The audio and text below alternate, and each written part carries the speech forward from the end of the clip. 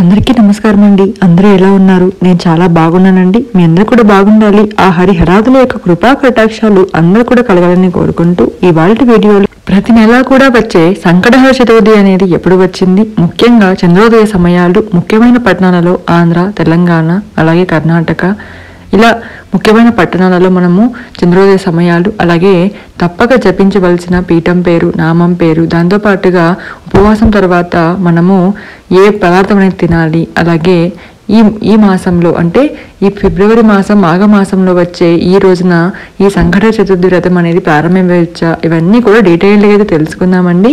మనం ముందుగా అయితే పూజ ప్రారంభించుకోవాలండి. కృష్ణపక్షంలో పౌర్ణమి తర్వాత వచ్చే 3వ రోజు కానీ 4వ రోజున కానీ మనము ఈ చవితి తిథి ఉన్నప్పుడు అంటే చతుర్దశి తిథి ఉన్నప్పుడు మనము ఈ పండుగని చేసుకుంటాము.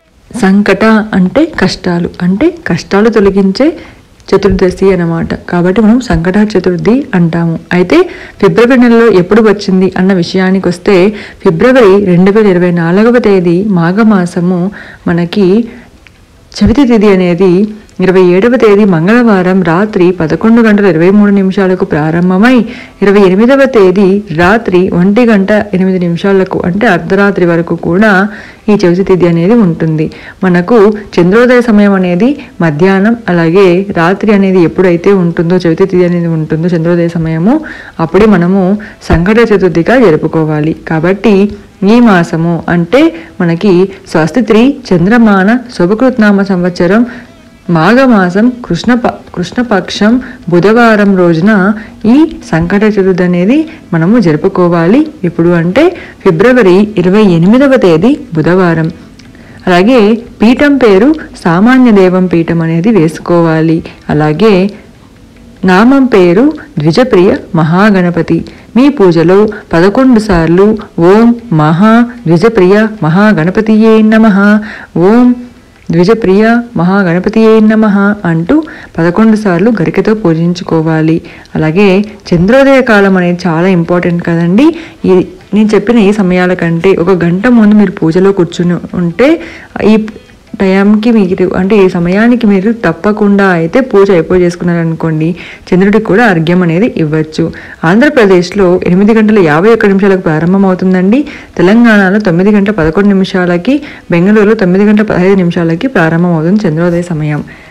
అలాగే ప్రతి ఒక్కరూ కూడా ఉపవాసం అనేది ఉంటూ మనం ఈ పూజను అనేది చేస్తాం. అయితే ఉపవాసం తర్వాత ఫస్ట్ కనుక నేను చెప్పిన ప్రతి మాసం ఒక పదార్థం అనేది ఉంటుందండి. ఇది బుక్లో చూసి నేను చెప్తున్నాను. కాబట్టి ఈ మాఘమాసంలో మనము నువ్వులతో చేసిన లడ్డూలు అనేవి తిని మన ఉపవాసం అనేది విరమించాలి. అది కూడా మౌనంగా అనేది తిని మనం పూజ అనేది చేసుకొని స్వామికి మన మనసులో ఉన్న కోరికలన్నీ కూడా చెప్పుకుంటూ మనం ఈ పూజని చేసుకోవాలండి. సంకల్పం అనేది 1, 5, 11, 9 లేదా 21 నెలలు లేదా మనం ఉన్నంత వరకు మేము చేస్తాము అన్న వాళ్ళు కూడా ఉంటారు. అందులో నేను కూడా ఒకదాన్ని. నేను ఫస్ట్ అయితే 3 times చేస్తాను స్వామి అని మొక్కుకున్నాను. 3 times అనేవి ఆ దేవుడి దయ వల్ల గట్టెక్కిపోయాయి.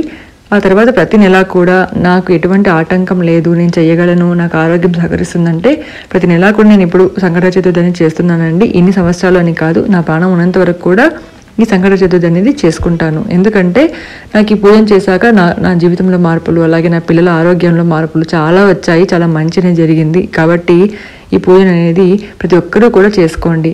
ఒక పిల్లల కోసం, ఒక సంతానం కోసమనే కాదండి, ఆరోగ్యం కోసం, వివాహం కోసం, ఉద్యోగం కోసం, జాతకరీత్యా ఏవైనా దోషాలు ఉంటే కూడా అన్నీ కూడా తొలగిపోతాయి. అయితే మనకి ప్రారంభించవచ్చా ఫస్ట్ చేసేవాళ్ళు అంటే మొదటిసారిగా అంటే తప్పకుండా చేయొచ్చండి. మాఘమాసం, అది కూడా బుధవారంతో స్వామికి ఇష్టమైన బుధవారం అనేది కలిసి వచ్చింది కాబట్టి తప్పకుండా ప్రారంభించవచ్చు. స్వామికి నైవేద్యంగా తప్పకుండా నువ్వులతో చేసిన లడ్డూలు అనేవి పెడితే మన జాతకంలో ఏవైనా దోషాలు, రాహుకాల దోషాలు అలాంటివి ఏమైనా ఉంటే పోతాయి. అలాగే స్వామికి పానకం, వడపప్పు, గరికతో పూజిస్తే చాలా మంచిదండి.